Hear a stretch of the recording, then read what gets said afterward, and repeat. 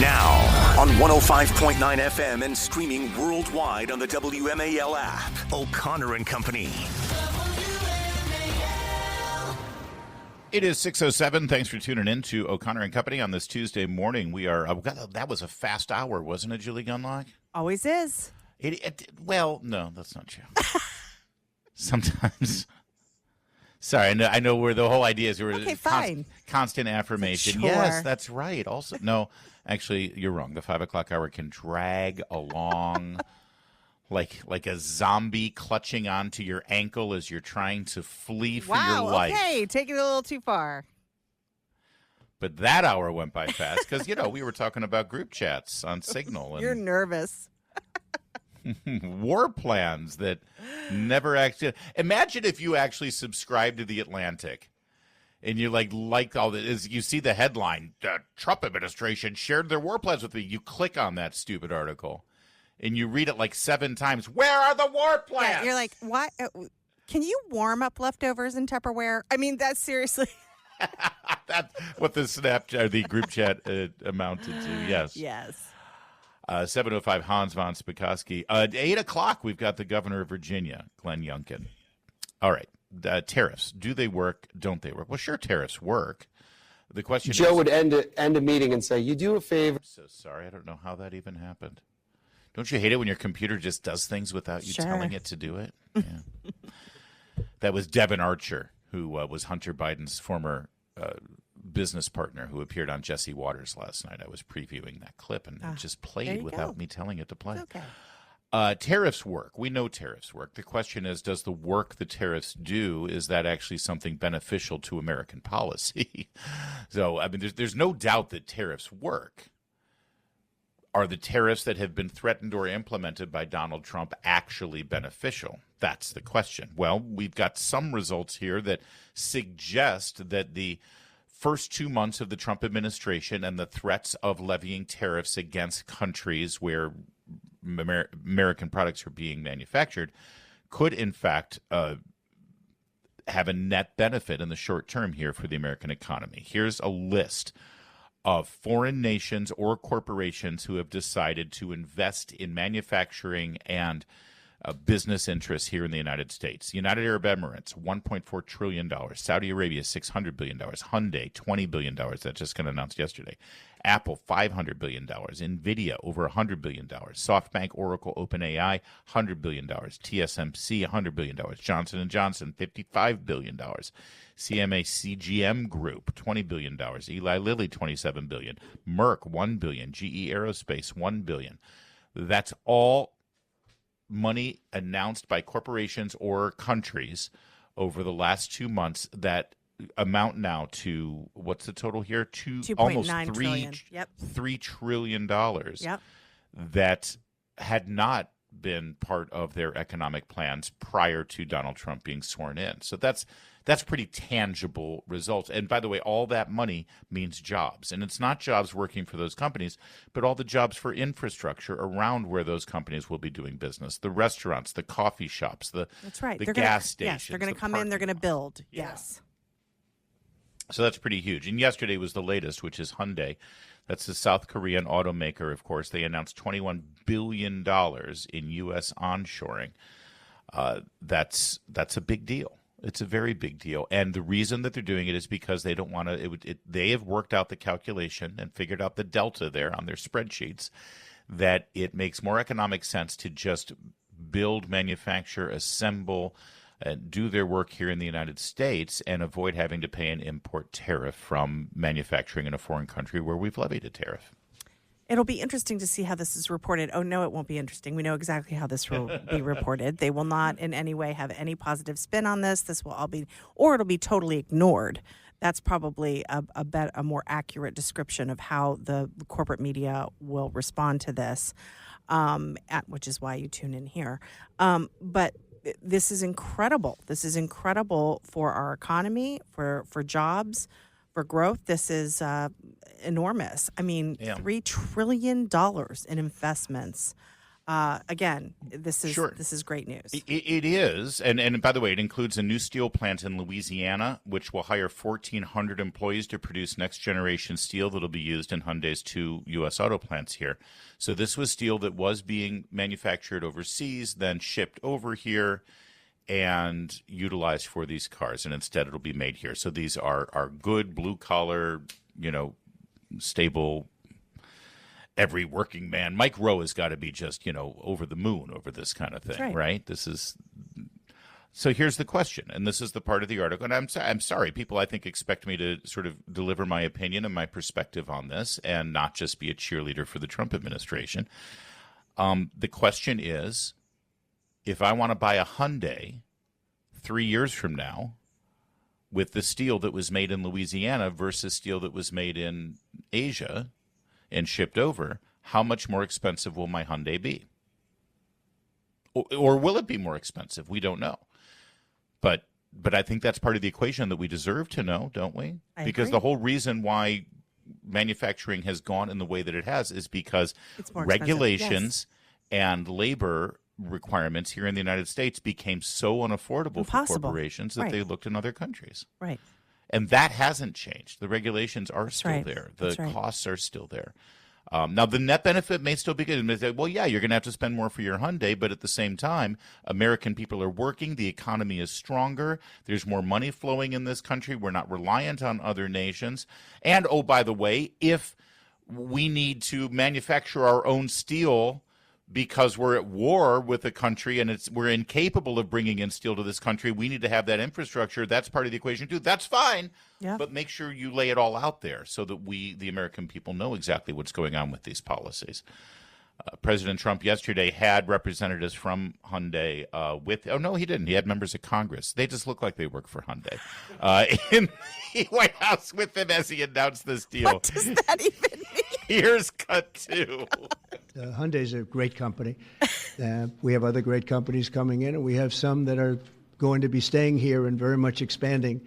And we have tremendous interest in every business. I can't just say automobiles, but automobiles is a big one. This is the beginning of a lot of things happening. We've had, as you know, Apple's announced a $500 billion investment, and other companies have announced $250, $300 billion. But we're well into the $3 and $4 trillion mark, which has never happened to our country before. What it really means is jobs. All we care about is jobs, right? We care about quality and quality of life and safety and security, but we care about jobs. And they're going to have we have a lot of people coming in. All right. And quickly, Press Secretary Caroline Leavitt, she, I believe, was on Fox News yesterday talking about this. Cut three. That every single day, when new companies from around the world are pledging to invest billions of dollars in the United States of America and our workforce. Today, we had Hyundai announcing $20 billion in American investment, $5 billion in the great state of Louisiana to build a steel plant. Why? Because President Trump has implemented a 25% tariff on steel. That's right. It's true. It's 100% true. Again, I just want everyone to realize the tariff and the domestic manufacturing was not going to be here, all right, and things were going to cost a certain amount of money. Now the calculation is, okay, we're going to add 25% on these products, so that tariff is going to be there. If you want to avoid that tariff, you manufacture. Either way, costs go up. Right. Costs do go up. Now, the net benefit may be worth the cost going up, and I've said before, we have gotten rich and happy on getting cheap junk from Walmart. Which has made us vulnerable. It's made us vulnerable. Yes. It's made us incapable of manufacturing on our own. And, frankly, it's been immoral that we've exploited slave labor in horrible conditions in other countries like China just so we can have cheap T-shirts and goods from Walmart. That's all in the equation, and it should be laid out there, and I'm okay with that. But I want to make sure that people recognize that, when they see that Hyundais cost more, this is why. Are you good with that? If you are, then great. Full steam ahead.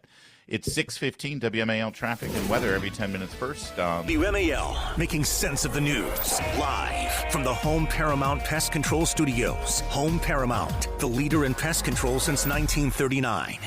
There's a story percolating out there in the liberal media that the Bidens want back in. That's how NBC News put it in their headline. The Democrat Party is struggling to find a new direction, and former President Joe Biden, former First Lady Jill Biden have offered to jump in and help with fundraising and rebuilding.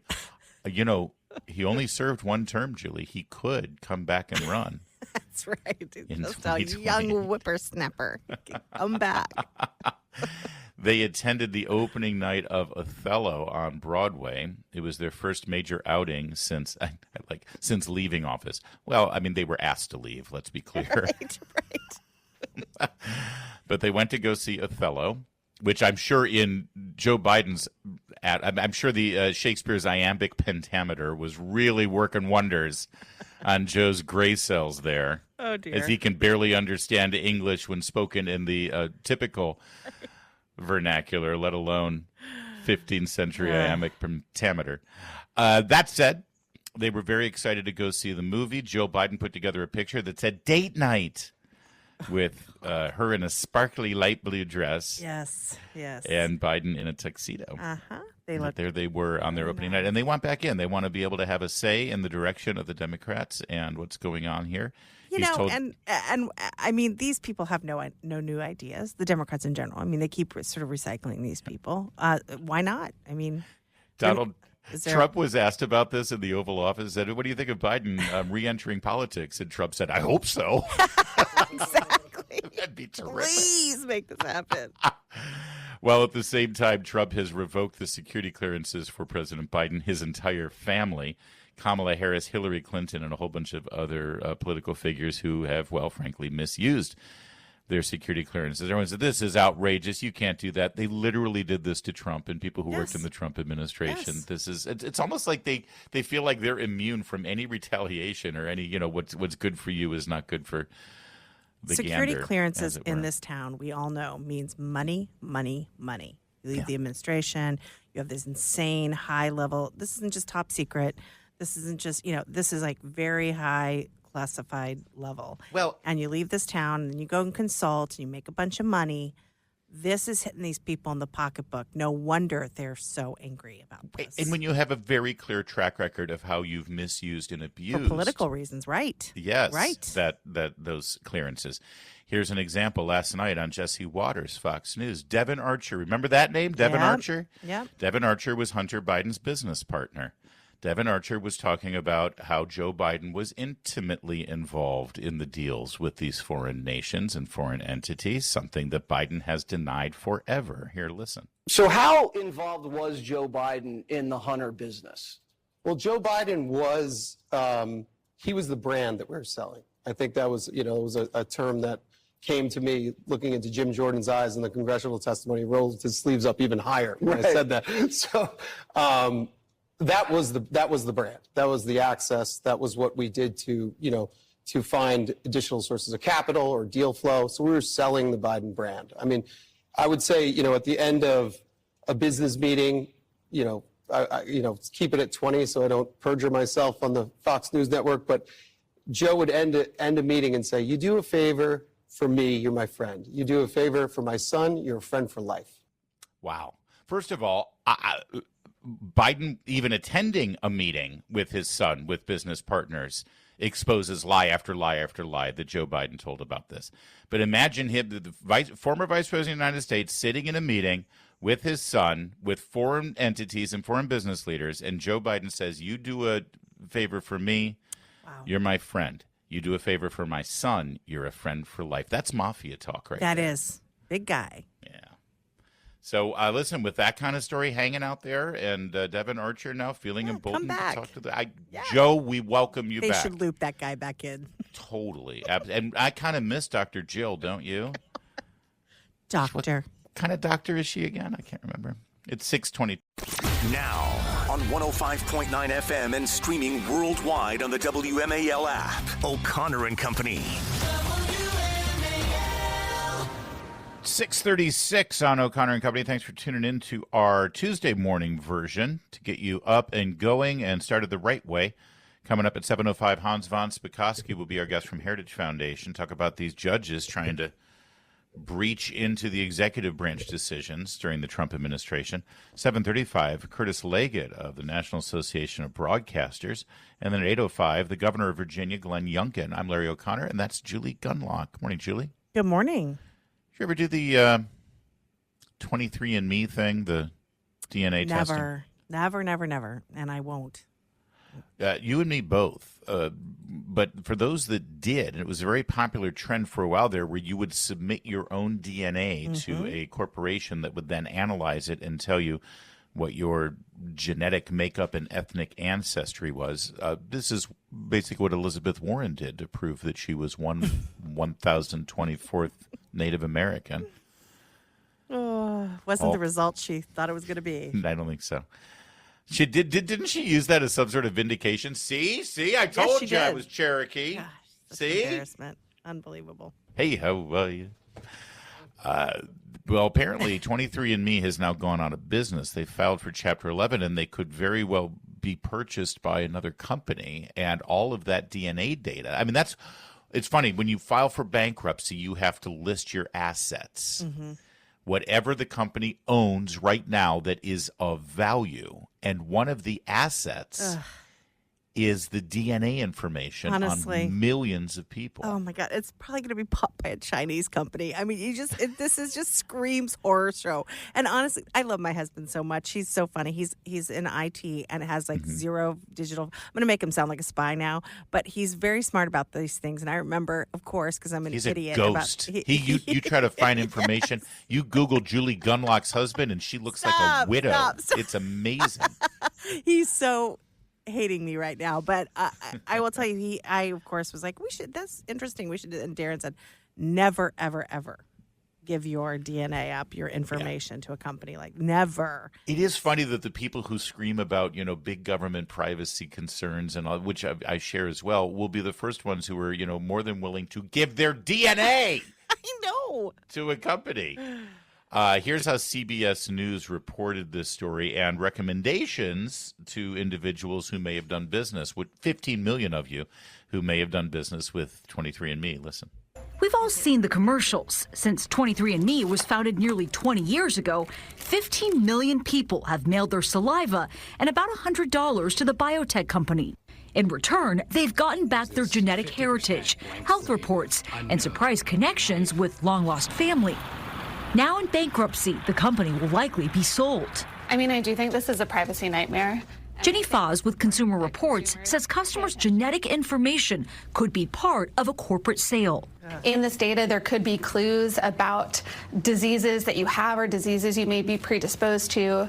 And what that means as far as how it impacts your life and your pocketbook is that you could end up getting charged more for insurance coverage, or in some cases, you could even be flat out denied coverage based on your genetics. Simply because of your DNA. It's hard to know who will gain access to this data.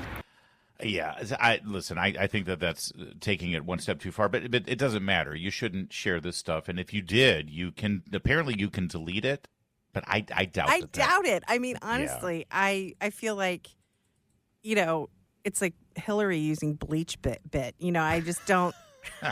I can't imagine that you can get rid of all of this stuff. Again, be really cautious with your own information, and that includes things like, there's that, I can't remember the name of it, and I don't want to get in trouble here, but there's that, adding in your information so you can tell your family tree.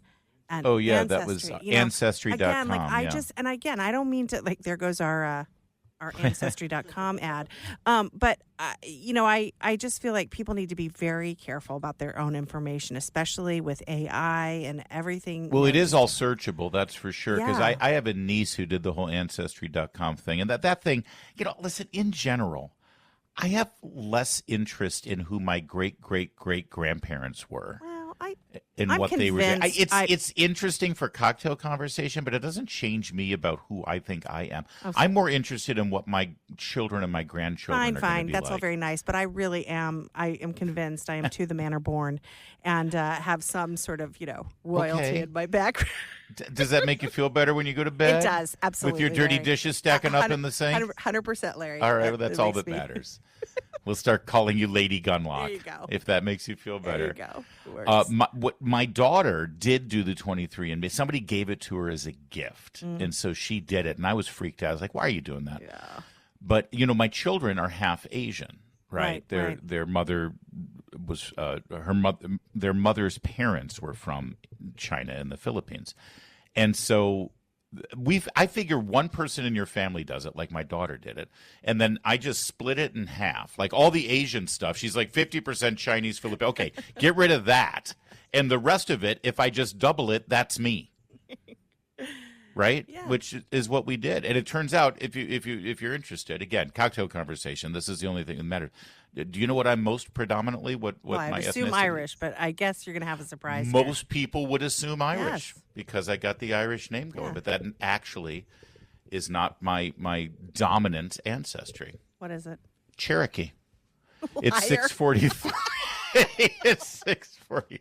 I'm kidding. 643. Making sense of your world. Greatly appreciated. News Talk 105.9 WMAL. I love listening to you. Making sense of the news. WMAL's Vince Colonnese. Weekdays at noon on 105.9 WMAL. Making sense of the news. We've got a Rosie update. First of all, you remember cut 10 here, where Rosie O'Donnell explained that she wants an investigation into the 2024 presidential election because she's an election denier. And she had some very sound reasoning behind it. Here, listen. A lot of people did vote for him. Yes. Do you accept their right to do that and their opinion of him? Well, I respect their right to do that. I question why the first time in American history a president has won every swing state and is also best friends, and his largest donor was a man who owns and runs the internet. So I would hope that you get the picture. We talked about that yesterday.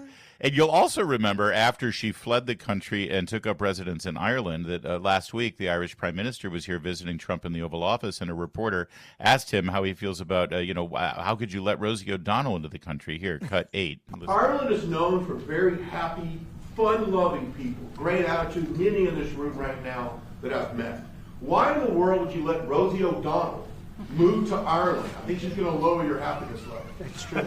Thank you. I like that question.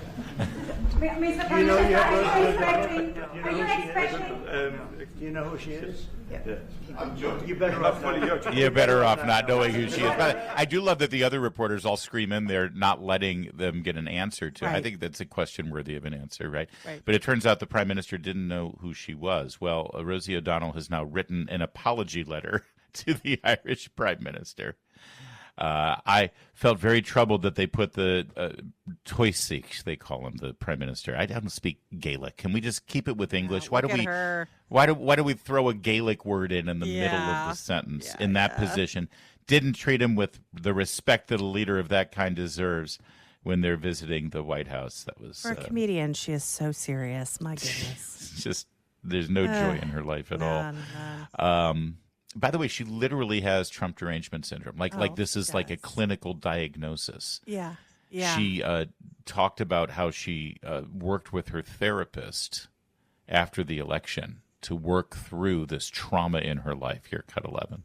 And to think that cruelty and lack of empathy is a value that is sprouted from the highest office in our country is overwhelmingly sad to me personally. And it felt like way too much to take for me as well, emotionally. It has taken a toll on you. Oh, my gosh, it has.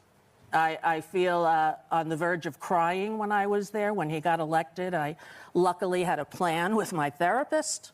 Hope she's watching. Hi, Ann. And I said to her, should he be elected, which none of us thought was going to happen, I need a plan. And the plan was always and only Ireland. My grandparents are from here. All right. This is great. Look, Larry, I want to be kind here. We should all have sympathy for Rosie O'Donnell. It is a very tough time on these never Trumpers. There really isn't much of a difference, is there? Really isn't. Especially the support of transgender policies and activism. Yeah. Rosie O'Donnell said on this late night show that she appeared on that, quote, I wanted the prime minister to know the history of what happened and why Trump seems to be out to get me in ways that are startling to most. I want to read that letter. I want to hear in Rosie O'Donnell's own How do we get in that words. chat? Yes, that's the group chat I want to be in. All right, so say another prayer for Rosie O'Donnell. She needs it. She's going through a tough time. Yeah, God bless her. It's 6:51.